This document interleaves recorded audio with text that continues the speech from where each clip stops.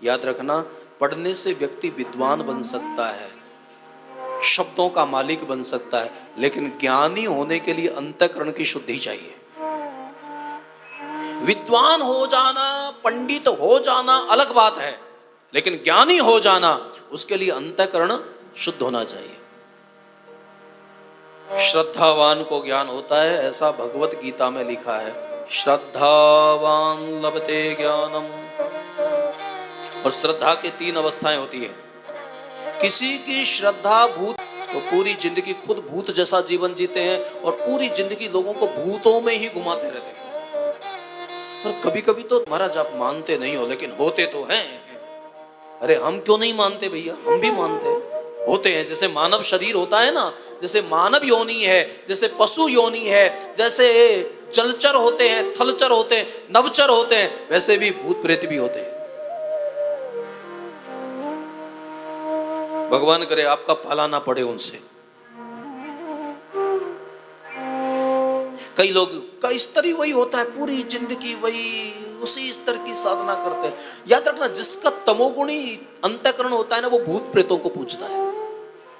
जिसका चित्त रजोगुणी होता है ना, वो ये सोचता है भगवान, भगवान की पूजा तो करता है लेकिन उसको भगवान से कोई लेना देना नहीं। बाप, अगर 31 दिन का या 41 दिन का अनुष्ठान बता देते हैं और 19वें दिन में काम हो जाता है तो बाकी के दिन वो पूजा पाठ छोड़ देता है। उसको लगता है कि जिस काम के लिए किया वो तो पूरा हो गया, अब क्यों इतना ये सब बजरंग बाण का पाठ करना, ना ये करना ना ये करना। वो रजस प्रवृत्ति का साधक होता है। लेकिन जिसको कुछ नहीं चाहिए, जाहि न चाहिए कबहू किछु, अयोध्या कांड, तुम सन सहज सने, हमें कोई मतलब नहीं, हमें कुछ नहीं चाहिए। हमें वो भगवान गीता भवन वाले जो पूज्य महाराज श्री के यहाँ जो प्रार्थना होती थी, मैंने कहीं पढ़ा है श्रद्धेय राम सुखदास जी महाराज जी के प्रवचनों में, अगर हम सुख के लिए भजन करें ना तो हमको तुम दुनिया का सबसे बड़ा दुख दे देना।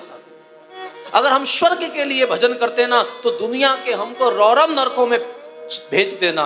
अगर हम संपत्ति के लिए अगर भजन करते हैं ना तो हमें भले ही तुम बिल्कुल विपन्न बना देना, लेकिन हमें केवल और केवल आपकी स्मृति बनी रहे, केवल आपका स्मरण होता रहे।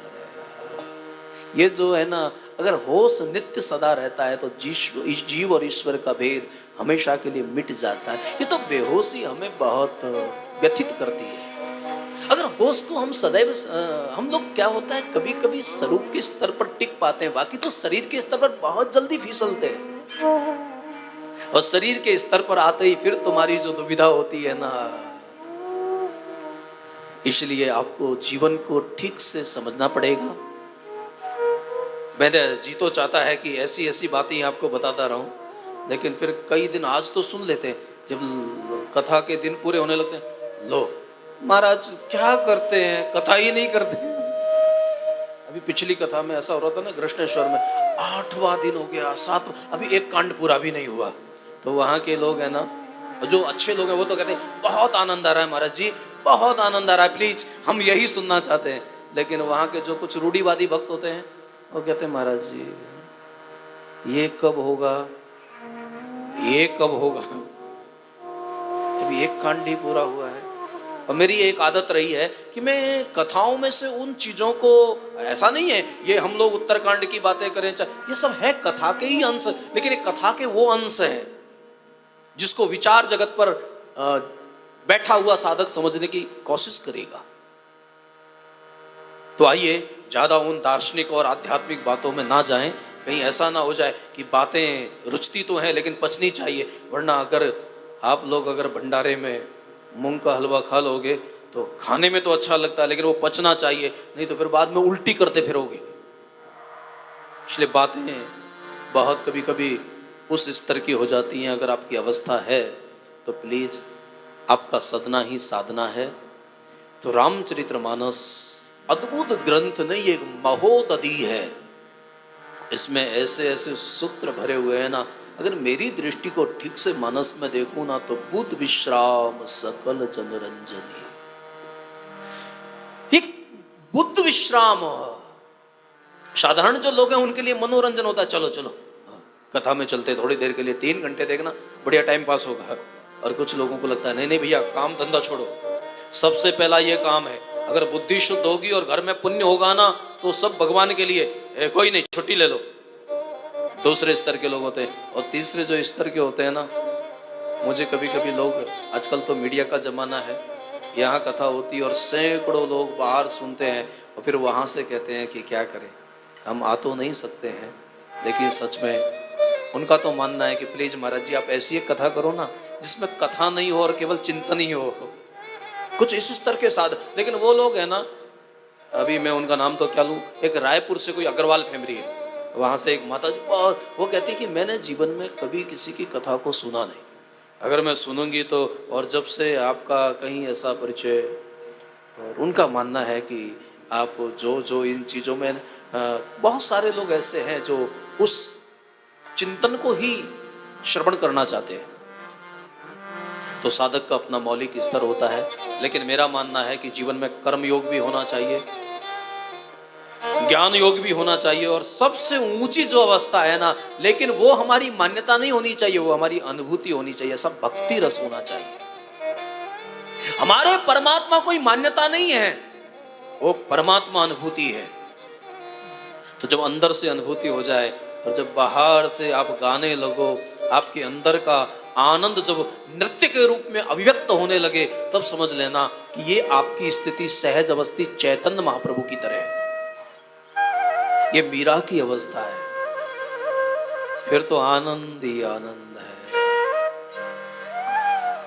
तो राजस्थान की ये बहुत वीर भूमि है, और मुझे याद है मैंने जैसा पढ़ा है, इब्राहिम लिंकन जब भारत आने लगा तो उसकी माँ को उसने प्रणाम किया, जैसा मैंने पढ़ा है, तो उसने कहा कि बेटा भारत जाओ तो राजस्थान जरूर जाना, और राजस्थान से हल्दी घाटी की है ना मिट्टी मुझे लाके देना। कन्हैयालाल सेठिया ने ऐसे थोड़ी लिखा, आ तो स्वर्गाने रमावे ईपे देव रमण ने आवे। तो आप लोग बहुत पुनीत प्रांगण में, और उसमें भी राजस्थान में भी जयपुर, और जयपुर में भी ठिकाना गोविंद देव जी, तो बड़ा आनंद का विषय है। आप लोग बहुत मनोयोग से, रामचरितमानस जो है ये भगवान का रहने का स्थान है। रामायण, राम अयन, जहां परमात्मा रहते हैं, तो वहां भगवान गणेश का स्मरण किया।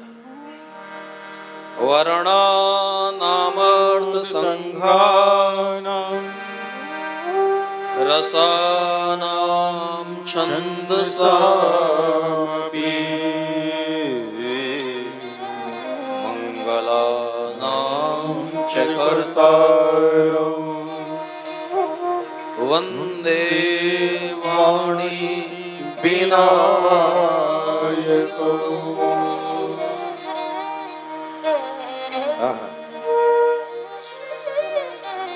सरस्वती को प्रणाम किया, वाणी की देवी है, या कुंदेन्दु तुषार हार धवला। क्या क्या संस्कृति है हमारी। शब्दों को जैसे उच्चारित करते हैं तो वो चित्र हृदय में अंकित हो जाते हैं।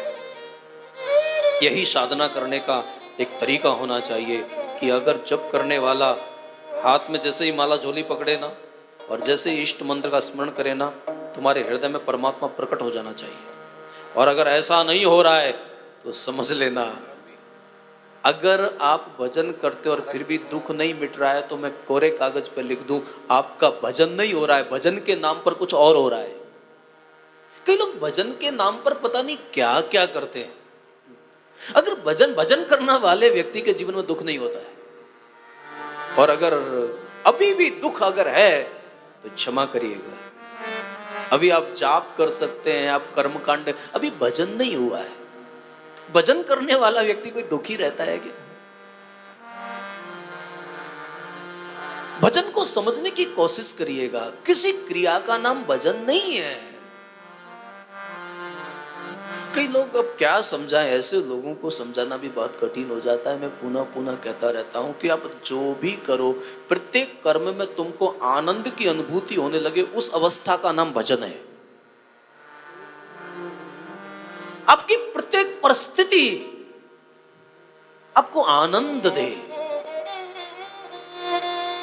तो आपका जब भजन होने लगे, याद रखना भजन करना नहीं पड़ता है, भजन होता है।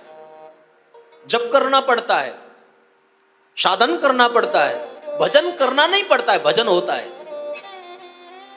शायद आप लोग का इसमें देख, याद रखना, कुछ लोगों की जो साधकों का अगर उस स्तर का तैयारी नहीं है तो वो तो और चकरा जाएंगे कि अच्छे चक्र में पड़े।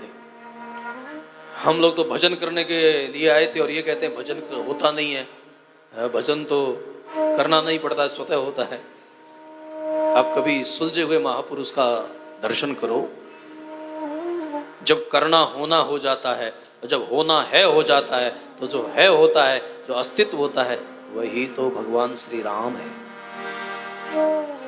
वही तुम्हारा हृदयस्थ परमात्मा है। मेरा आपसे निवेदन है, आप पूरी जिंदगी संसार के कामों में रहना, लेकिन जिंदगी में एक बार होश में राम कथा सुन लेना।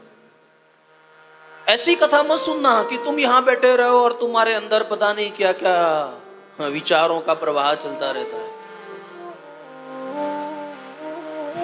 कलश यात्रा बहुत बड़ी थी, न ऐसा था, और उसमें क्या व्यवस्था थी। कल मुझे कोई बोल रहा था कि दूध के लड्डू, लड्डू याद है, लेकिन कल कथा में क्या बोला वो याद नहीं है। वो तो सब याद रहता है कि ऐसा है न वैसा है। प्लीज मेरा आपसे निवेदन है, आप पूरी जिंदगी भजन ना कर सको, लेकिन जीवन में एक बार होश से राम रट लेना। पूरी जिंदगी तो मुझे पता है कि अब क्या करें, जिस अचार की बन्नी में बहुत सालों तक अचार रहता है, उसको कितना भी खाली करो, कितना भी धो लो, आखिर जल्दी गंध उसकी जाती नहीं। जाऊं कहां तज चरण तिहारे। इसलिए बहुत रूढ़वादी मत बनिएगा, थोड़े साधनों का आधार लीजिएगा। हमारे गोस्वामी जी महाराज ने बहुत बड़ी कृपा की है।